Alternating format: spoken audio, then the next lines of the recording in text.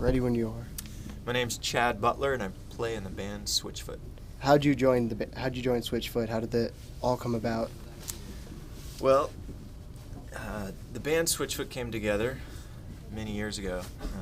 We were in high school when we met. We grew up in San Diego, California, and we originally met surfing. And then, in the small community, the surfing community and the music community overlapped. We began playing in bands around town, and eventually joined forces when we were in college at UCSD down there, and started playing just for fun and just for the love of playing live music. And eventually got the opportunity to make records and tour around the world, and it's been amazing. I'm really grateful to get to call this a job, to play music you love and see the world with your best friends. Do you remember the first time you heard a song on the radio? Yeah, it was a song called Chem 6A off our first record, Legend of Chin. And there was a rock radio station in San Diego that we were a friend of one of the DJs, and he played it on the air, and we were all excited, calling each other, like, "Oh, did you hear it? Did you hear it?" It was really fun. What can you tell us about the new album? And the new single came out Tuesday, I believe. Yeah. Last Tuesday. It's a little more rockier than I remember some of the older stuff being. Are you going new sound for the album, or is it just that single? How's the album sound-wise? I think you mean the Dark song Horses. Dark Horses. Yes. Yeah. Dark Horses is an intense song. We really tried to match the music to the inspiration behind the song. In San Diego, there's a group of homeless kids that are on the street, and there's an organization that helps them called Stand Up for Kids.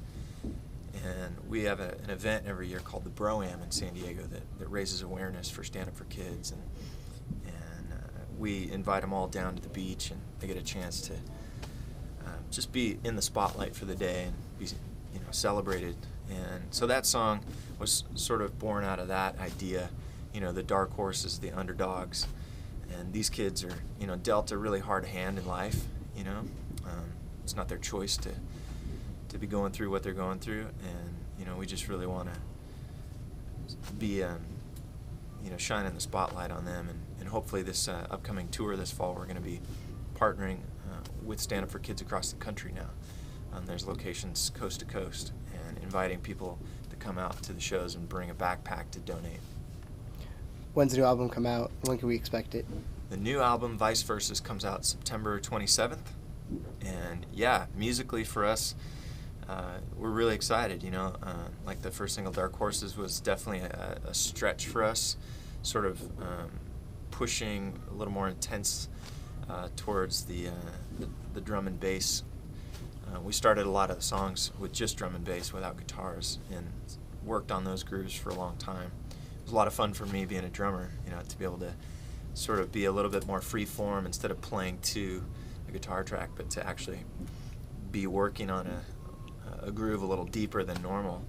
And Dark Horse is probably my favorite song on the record to play. It's definitely got a good drum and bass breakdown moment in the middle of it.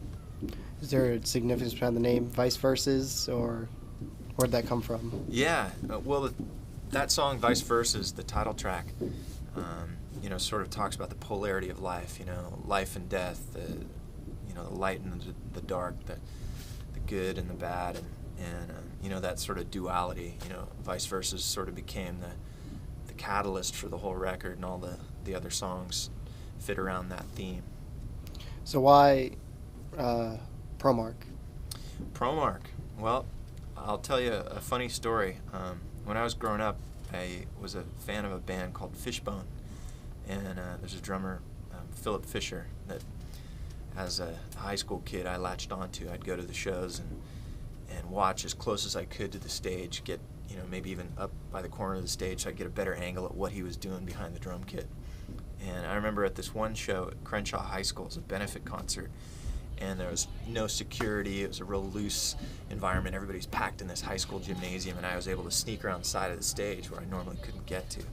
And I remember watching him from about 10 feet away. I couldn't believe I got that close to him. And just right in between songs, making eye contact with him.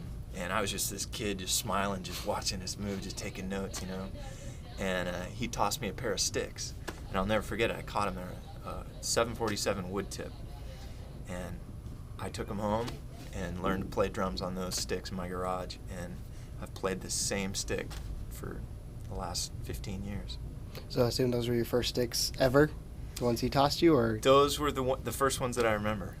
Yeah, and the ones that felt the best. You know, for me, I've tried to figure it out. I've tried to go to 5As or similar sticks that are maybe a little shorter, but I think the 747 is a little longer, and just the balance at the neck feels really good, and it actually makes me feel like I have to, you know, it's a little more efficient. It's play less as far as the power, but just feels good. It lets the stick do a little more of the work. What was your first drum kit? And Oh what wow, age? my first drum kit, it was a hybrid mutt kit that I inherited from my dad's band. My dad was in a band back in the 70s, and it was a Rogers and Slingerland hybrid. I think the toms were Slingerland, and the kick and the snare were Rogers. And yeah, it sounded super funky, and I actually played in a garage in a real suburban neighborhood, so I couldn't play very loud, and I stuffed t-shirts and towels in all the drums and took off the heads and tried to put felt underneath them and really try to keep it quiet. But you know what, the neighbors would still come bang on the garage door and say, keep it down, keep it down. What's it like playing overseas? It's crowd's got to be a little bit different, but what's like from your perspective when you see the audience? Is it a different vibe or versus U.S. audience, or? Well, it depends. You know, I think in the big metropolitan cities where there's music happening every night, you know, people aren't quite as enthusiastic as when you get to a place maybe outside a major city where bands don't go very often. And when you take American music overseas, that's even multiplied. Just that excitement and appreciation for how far you've come to play these songs for people. So I remember we were just in South America a few months back, and I couldn't believe it. Even before the band starts, the crowd's singing and have flags representing their hometowns. I mean, it feels like you're at a World Cup championship game, and they're all singing and chanting, and the band hasn't even started to note yet. So it's that kind of enthusiasm that's really motivating to want to go to new places. What's the biggest crowd you think or do you know how big it was that you played for? Oh, wow. I remember we had the opportunity to play underneath the St. Louis Arch for a 4th of July concert a few years back with fireworks behind the stage, and it was a big free show, and the police had estimated that there was somewhere between 100 and 2,000 people filling up the entire park in front of the stage, in front of the arch right there. And it's funny, we don't have any photos from that night.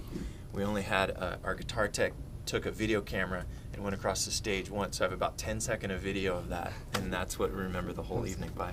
But the mental memory is amazing, you know. And so I went to that this year. It actually got rained out, Maroon 5, but it's oh really that field of people. I can only imagine when it's filled up how many are in there. Yeah, you know, it's funny, you know, I love playing on big stages. It's a lot of fun, but I also love the small sweaty rock clubs where you have the connection with the audience, where you can see people's faces and their reaction to the music.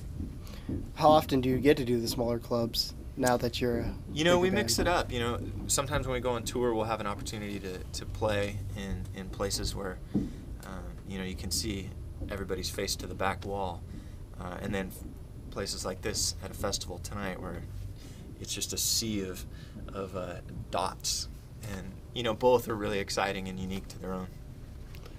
What was it like touring with the Goo Goo Dolls? Have you done that before, or was that a first time last year? Oh yeah, we toured with them. I've known Mike for a while, the drummer for the Goo Goo Dolls, and met him a few years back and sort of stayed in touch. So yeah, I mean, great band, good songwriting, you know, just a cool audience for us to be in front of. You know, I think any opportunity you get a chance to tour with another band that's you know, a chance for people to hear your music that wouldn't necessarily come to your own show. Who would you love to tour with that you haven't yet? Oh man, the Beatles.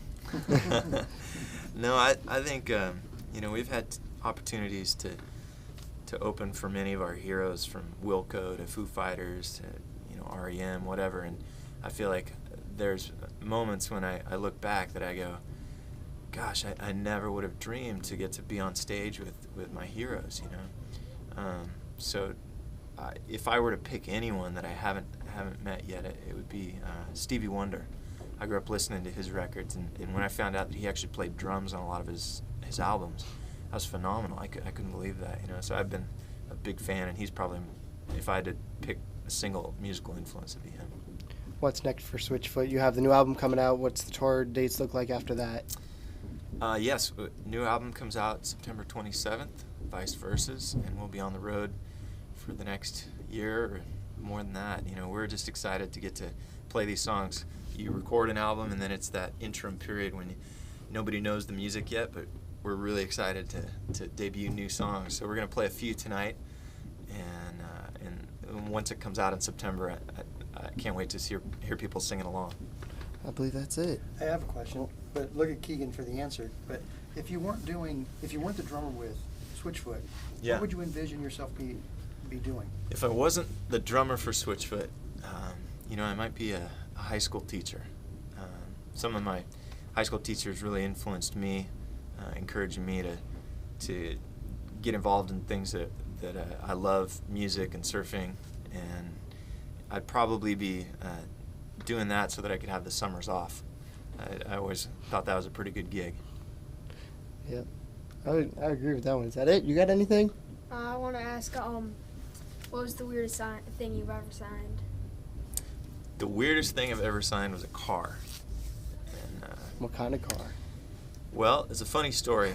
A guy came to a show and asked us to sign his car, and it was dark in the parking lot, so I don't totally know. I don't think it was a very expensive car, or else he probably wouldn't have handed us a pen to write all over the hood. But I do remember we signed it, and we're all huddled around in the dark, writing Switchfoot across it, and then we all stepped back and realized that we spelled the band name wrong. So I'm sorry if you're out there and we signed your car with misspelled Switchfoot. I apologize. Say, how'd you spell it? I think it was Switchfoot. Forgot the C. That's great.